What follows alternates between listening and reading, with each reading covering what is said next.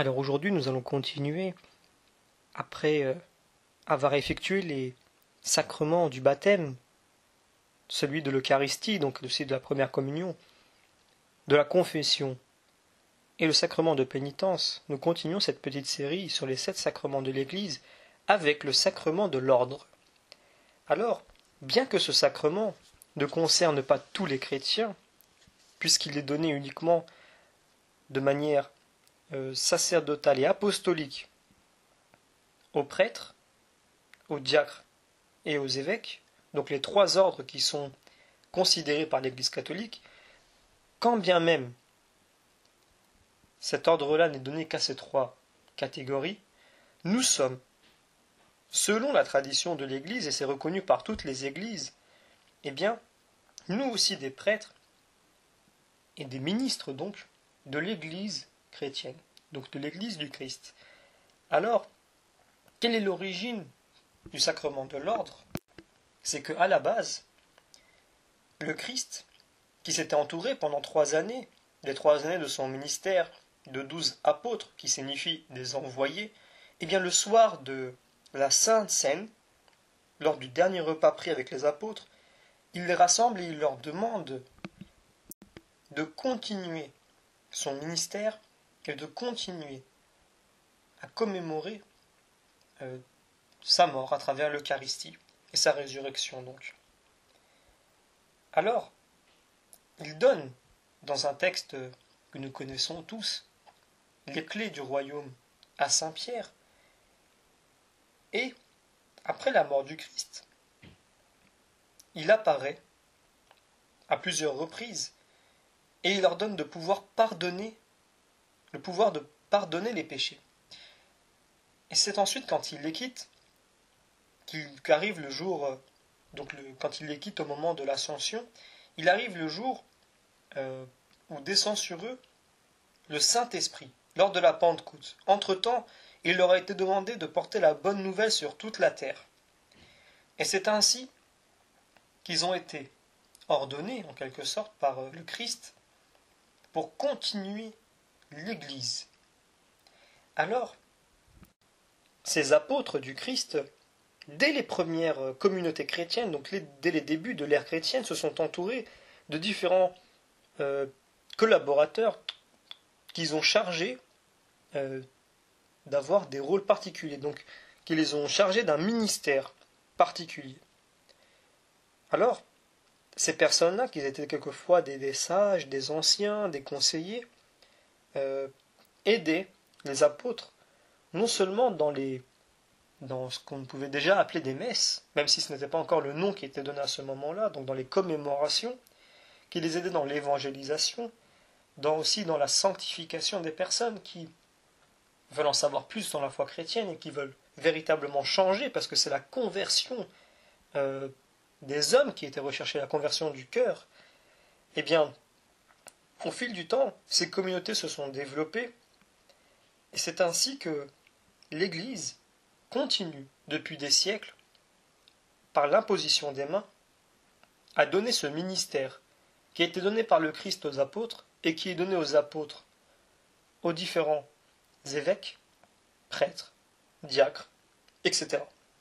Et c'est ainsi que l'Église, depuis 2000 ans, par une succession ininterrompue, se transmet les mains sur cette charge qui a été donnée aux apôtres. Ce sont des personnes qui sont consacrées à l'Église, qui ont été ordonnées dans un ministère qui leur est confié et qui est éternel, c'est-à-dire qu'ils ne peuvent pas abandonner, même s'ils changent ensuite leur orientation, ils ne peuvent pas abandonner cette charge qui leur a été donnée.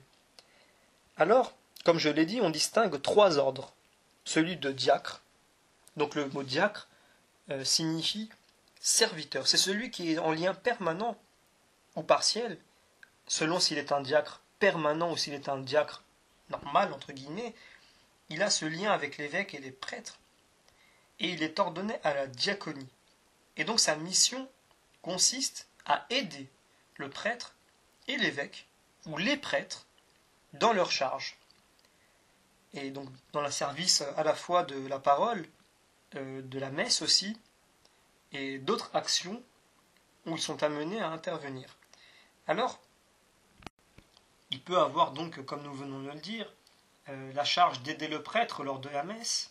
Il peut avoir la charge d'être envoyé par l'évêque pour annoncer l'évangile à des personnes qui n'ont pas encore reçu l'évangile ou qui sont incroyants.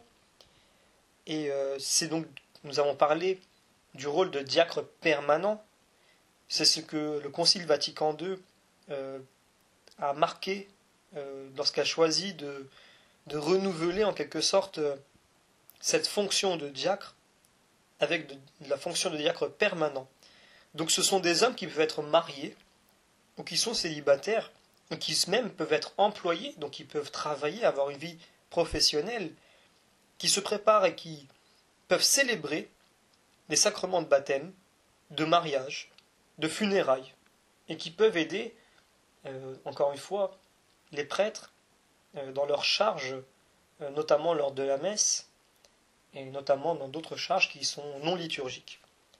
Alors, évidemment, la mission du diacre, ce n'est pas de remplacer le prêtre, puisqu'on ne peut pas remplacer un prêtre par un diacre. Un prêtre ne peut être remplacé que par un prêtre. Donc il reste un auxiliaire, c'est très important à souligner. Il est un auxiliaire très important, mais il reste un auxiliaire, il ne peut pas remplacer le prêtre. Alors quelquefois, selon le parcours du diacre, l'évêque peut donner une mission particulière au diacre en fonction de son vécu, en fonction de sa connaissance. Alors, quand un homme est appelé à servir Dieu dans la charge ecclésiastique, il commence donc par être diacre. Il peut faire le choix, suivant dans le séminaire, suivant ce qu'il sent que Dieu veut de lui, de devenir prêtre ou de rester diacre. Donc, prenons le cas de celui qui veut devenir prêtre. Et donc, on peut rappeler, avant de continuer, que le Concile de Trente avait défini le prêtre comme étant celui qui, au nom du Christ, a le pouvoir de célébrer l'Eucharistie et de pardonner les péchés. C'est un pouvoir qui n'appartient qu'aux prêtres, et évidemment les ordres supérieurs, donc notamment celui d'évêque. Alors, il faut rappeler aussi que le Concile Vatican II a donné une mission beaucoup plus grande aux prêtres que le seul fait de se cantonner à l'Eucharistie et au sacrement de réconciliation, et qu'il leur a donné aussi une mission qui est celle de rendre présent le Christ parmi les hommes, d'animer la communauté des croyants et d'annoncer la parole, et de la commenter lors de l'homélie. Donc, on a souvent des prêtres, dans chaque secteur, qui quelquefois dirigent des groupes d'études bibliques. Alors, ça peut être évidemment dirigé par un laïc, qui a les compétences pour le faire, mais autrefois un prêtre ne faisait pas ça. Ou alors, quand il était amené à enseigner à l'école, évidemment, il pouvait le faire. Mais aujourd'hui, il le fait dans un cadre privé, alors qu'autrefois, il ne le faisait pas. Ou alors, très peu en tout cas, c'est ce que l'on sait des documents que nous avons de l'histoire, et dans l'histoire de l'Église. Il est véritablement le représentant du Christ.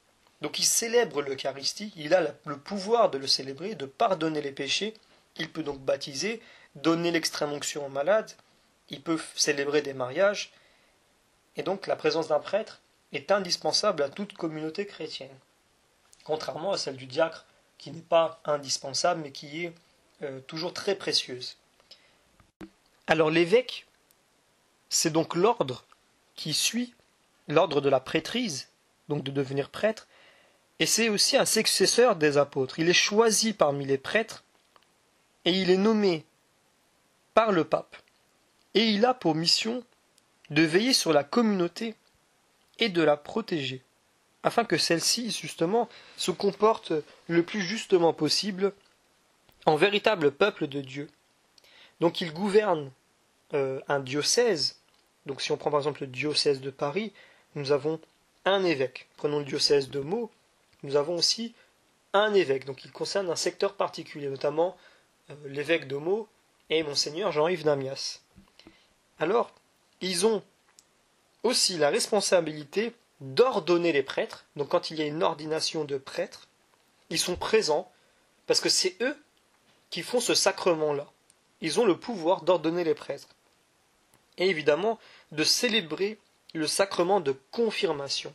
Donc comme nous l'avons dit dans la vidéo précédente, seulement un évêque peut effectuer, sauf cas très particulier, donc dérogation spéciale, le sacrement de confirmation. C'est l'évêque lui-même qui se déplace, qui rencontre le confirmé, qui s'adresse à lui, après qu'il lui ait écrit une lettre, lui demandant donc la confirmation. Il s'adresse à lui, il le rencontre avant la confirmation, et il le confirme au moment donc de la confirmation. Il ne faut pas oublier que dans le droit de l'Église, les évêques reçoivent la plénitude du sacrement de l'ordre, et ils forment le collège apostolique. Et donc, ils sont envoyés au monde entier, et ils portent en commun le souci de toutes les églises. Donc certes, un évêque est responsable d'un secteur, d'un nombre défini de prêtres, d'un nombre défini d'églises, mais ça ne le restreint pas aux autres secteurs et au reste du monde dont il reste très soucieux. Alors, il ne faut pas oublier aussi que le Concile Vatican II, il est bon de le rappeler, a insisté sur ce qu'on appelle la collégialité épiscopale, à savoir que les évêques du monde entier sont ensemble responsables de la vie de l'Église universelle. C'est quelque chose qu'il ne faut pas oublier. On a toujours tendance à dire que l'évêque, on a l'évêque de Meaux, par exemple, Monseigneur Jean-Yves Namias, il est responsable des prêtres de son secteur, donc dans le département du 77 en France. Il est l'évêque qui est responsable donc des églises de ce secteur-là. Mais il ne faut pas oublier qu'il est un évêque parmi d'autres évêques, et tous ensemble forment l'Église universelle. Et donc ils forment un tout, ils forment un corps. Et donc si un corps est malade, tout le corps est malade. C'est pour ça qu'il faut absolument veiller à l'ensemble du corps, à l'harmonie du corps. Et donc nous avons l'évêque de Rome, qui est donc le pape actuel, le pape François, qui est à la tête de ce collège, donc de cette collégialité épiscopale. Il assume la charge spécifique de Saint Pierre, qui lui-même a reçu les clés du royaume, cette charge donc de guider l'Église, de la paître, telle qu'elle lui a été demandée 3 fois par le Christ. C'est ainsi que le pape est le représentant, toujours dans cette succession par imposition des mains depuis 2000 ans de Saint Pierre à nous, comme étant le représentant du Christ, tout comme l'avait été à l'époque Saint Pierre. Donc l'évêque reçoit, lui, son ordination, il reçoit donc la charge d'un diocèse, et cette consécration est célébrée par au moins la présence de 3 évêques. Donc, comme dans toute célébration liturgique de l'Église, notamment dans celui du sacrement de l'ordre, nous avons aussi des symboles très particuliers que l'on retrouve durant le sacrement de l'ordre. Alors, il y a plusieurs gestes que nous pouvons citer. Nous avons notamment la prostration.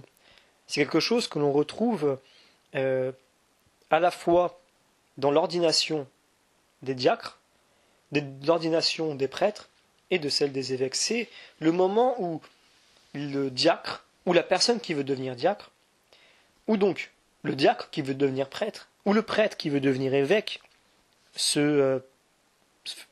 effectue la prostration. Il s'allonge au sol, la face contre terre, tout son corps complet, allongé au sol tout droit, et il manifeste de cette manière son humilité et sa consécration totale, donc le don de lui-même total à Dieu. Et donc dans le cas du diacre et du prêtre, il y a ce qu'on appelle l'imposition des mains qui est effectuée par l'évêque. Donc c'est un geste à la fois de transmission de cette mission qui est donnée par le Christ aux apôtres, mais aussi l'appel du Saint-Esprit. Donc c'est un geste de bénédiction, donc l'appel du Saint-Esprit, et de transmission. Alors, il faut aussi se rappeler que l'imposition des mains se fait uniquement par l'évêque pour l'ordination d'un diacre, et qu'elle se fait par tous les évêques et les prêtres présents pour celle d'un futur prêtre. Et elle se fait par tous les évêques présents pour celle d'un futur évêque. Alors c'est très impressionnant. On va citer notamment nous avons eu une ordination dans le département du 77 à Meaux en juin dernier, en juin 2014 d'un prêtre, d'un diacre qui a été ordonné prêtre. Alors c'est extrêmement impressionnant, car nous avons à peu près dans le département du 77 une centaine de prêtres, donc 100 à peu près. Quasiment tous étaient présents, à 90-95% d'entre eux étaient présents ce jour-là. Donc nous avions le diacre qui va devenir prêtre, qui se met à genoux, et chaque prêtre, donc dans notre cas qui est après 90-95 prêtres, peut-être qu'un peu plus, peut-être 98, je ne me souviens plus exactement, qui font la queue et qui passent, chacun leur tour, imposer leurs mains pendant quelques secondes sur le prêtre, donc qui peut-être effectue une bénédiction intérieure, une prière intérieure qui est toute petite, hein, ça dure peut-être 3, 4, 5, 6 secondes sur la tête du prêtre, mais il faut multiplier ça par une centaine de personnes, donc c'est extrêmement impressionnant, c'est extrêmement solennel aussi, c'est très particulier, on sent ce lien qu'il y a entre le ciel et la terre à ce moment-là. Donc c'est un moment, je pense que si vous avez l'occasion d'assister à l'ordination d'un prêtre, n'hésitez pas parce que la cérémonie est d'une splendeur rare. Alors on retrouve encore, lors de l'ordination, l'onction, donc le Saint-Crème. Alors on effectue sur la tête, notamment du futur évêque, le symbole de croix avec le Saint-Crème. Donc pour qu'il soit complètement pénétré de la grâce de Dieu. Et concernant le prêtre, c'est sur la paume de sa main, la paume de ses mains, de ses deux mains, qu'est donné le symbole de croix avec le Saint-Crème. Donc pourquoi les mains? Parce que c'est avec ses mains qu'il va célébrer l'Église. Et donc pourquoi sur la tête de l'évêque? Parce qu'il est en quelque sorte à la tête, symboliquement aussi, de l'ensemble de son secteur et de l'ensemble des prêtres. Alors, évidemment, il reste encore un petit geste que l'on peut symboliser, que l'on peut signifier, qui est la remise d'un objet, ou des objets plutôt, qui sont significatifs, qui représentent la fonction, soit du diacre, soit du prêtre, soit de l'évêque. Donc, si c'est un évêque, il reçoit un anneau épiscopal, qui est le signe de sa fidélité à l'Église, la mitre, puis la crosse qui rappelle le bâton du berger. Le prêtre, lui, reçoit une patène et une coupe pour la célébration de l'Eucharistie, ainsi que l'ensemble des vêtements liturgiques et l'évangile, évidemment. Le diacre, lui, reçoit l'étole, ce qui signifie sa fonction de service, et l'évangile qui est sa charge première d'annoncer donc l'évangile. Alors, il y a une question qui revient très souvent, c'est pourquoi les prêtres ne peuvent-ils pas se marier? Alors, il y a une première réponse qui revient tout de suite, c'est qu'il ne faut pas oublier que le prêtre est à l'image du Christ, il est représentant du Christ, et s'il veut être complètement consacré à l'Église, il est difficile d'être complètement consacré à une charge de l'Église quand nous avons, par exemple, une famille qu'il faut nourrir, qu'il faut subvenir à leurs besoins à la fois matériels, spirituels, etc. Alors certains me diront, il peut se marier et ne pas avoir d'enfants, mais c'est peut-être se prononcer un peu trop vite, parce qu'il ne faut pas oublier que le but premier de la famille, c'est la fécondité, donc c'est d'avoir des enfants. Alors, c'est la première chose auquel on pense. On se rappelle notamment que le Christ ne s'est pas marié, il n'était pas marié, même si ça n'est peut-être pas un très bon exemple, puisqu'il est avant tout le Fils de Dieu, il est avant tout une personne de la Trinité, il n'était pas du tout voué à ça de toutes les manières, quelle que soit la raison. Mais nous avons aussi une autre raison pour laquelle les prêtres ne peuvent pas se marier. Eh bien, jusqu'au Moyen Âge, que ce soit dans l'Église catholique, donc dans les églises plutôt occidentales, ou à l'Église orthodoxe, même si ça se fait encore dans l'Église orthodoxe, eh bien, certains prêtres pouvaient se marier. Mais je parle aussi des églises catholiques orientales. Parce que chez les orthodoxes, un prêtre peut se marier. Il peut aussi, d'ailleurs, avoir une activité professionnelle. Ensuite, il faut rappeler que, justement, après le Moyen-Âge, l'Église s'est rendue compte que cette pratique des prêtres qui se mariaient a donné beaucoup d'abus et de scandales. Et donc c'est ainsi que l'Église a décidé de de plutôt calquer le modèle du prêtre sur celui du moine célibataire, qui donc lui faisait preuve de chasteté, et c'était un vœu, d'ailleurs il faisait vœu de chasteté, et donc ainsi on avait remarqué et compris, parce que c'est aussi ça l'Église, c'est de voir les erreurs qui ont été commises et de ne pas les commettre à nouveau et de les corriger, puisque l'Église est à la fois divine, mais elle est aussi à la fois humaine. Et donc notre côté humain continue de faire des bêtises, mais nous les corrigeons. Et donc, nous avons remarqué par l'expérience que si nous calculions la vie du moine célibataire, nous avions beaucoup moins de problèmes, puisque lui-même ne tombait pas dans les abus et les scandales dans lesquels tombaient des prêtres qui étaient mariés. Alors, certaines églises catholiques latines permettent toujours le mariage de prêtres, mais normalement dans l'église catholique aujourd'hui ne permet pas le mariage des prêtres. Alors même ces églises latines, orientales, qui permettent le mariage de leurs prêtres, ne le permettent toujours pas aux évêques par contre. Ça par contre, tous les évêques sont célibataires partout dans l'église catholique. Alors, il ne faut pas oublier que cette chasteté du prêtre, c'est un signe qui se veut être un attachement déterminant et total au Christ et à l'Église. Donc c'est vraiment une vie tout entière qui est donnée au Christ, au service de l'Évangile, comme le Christ a donné sa vie pour les hommes. Alors certains on disait que si on permettait aux prêtres de se marier, eh bien cela réglerait la question de la prêtrise, où il y a un certain manque, il nous manque des prêtres dans l'Église aujourd'hui, en France en tout cas, aussi dans beaucoup d'autres pays. Mais la réalité c'est que ce n'est pas un argument qui est valable, pour la simple et bonne raison qu'on retomberait très certainement dans les abus et les scandales dans lesquels nous étions il y a quelques siècles. Et secondement, la crise de vocation de la prêtrise a peut-être d'autres raisons plutôt divines, mais pas seulement. Je pense que personnellement, ce qui fait que certaines personnes aujourd'hui ne deviennent pas prêtres, malgré l'appel de Dieu, il faut se rappeler que c'est d'abord un appel de Dieu, on ne choisit pas de devenir prêtre, c'est Dieu qui nous appelle à devenir prêtre, eh bien, c'est plutôt la difficulté qui est attachée à ce ministère qui quelquefois pose problème. Donc ça peut être l'absence de reconnaissance sociale, le flou dans un pays ou dans une communauté qui est extrêmement matérialisée, extrêmement séculaire aussi, qui ne reconnaît plus la place de Dieu. Donc ce n'est pas une société qui est enclin à pouvoir, qui n'est pas propice donc à donner des futurs prêtres entre guillemets. Si on regarde par exemple l'histoire au Liban, notamment de la prêtrise, on se rend compte que le Liban était tellement un pays chrétien, tellement un pays impliqué dans la religion, qu'au sein même d'une famille, il était très fréquent d'avoir un prêtre, deux prêtres, des fois un diacre, des fois une sœur, des fois un moine. Au sein d'une même famille, c'était quelque chose de tout à fait normal.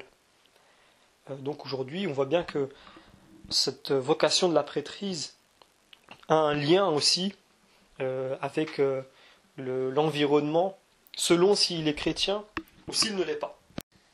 Alors certains demanderont aussi, pourquoi est-ce qu'une femme ne peut-elle pas devenir prêtre?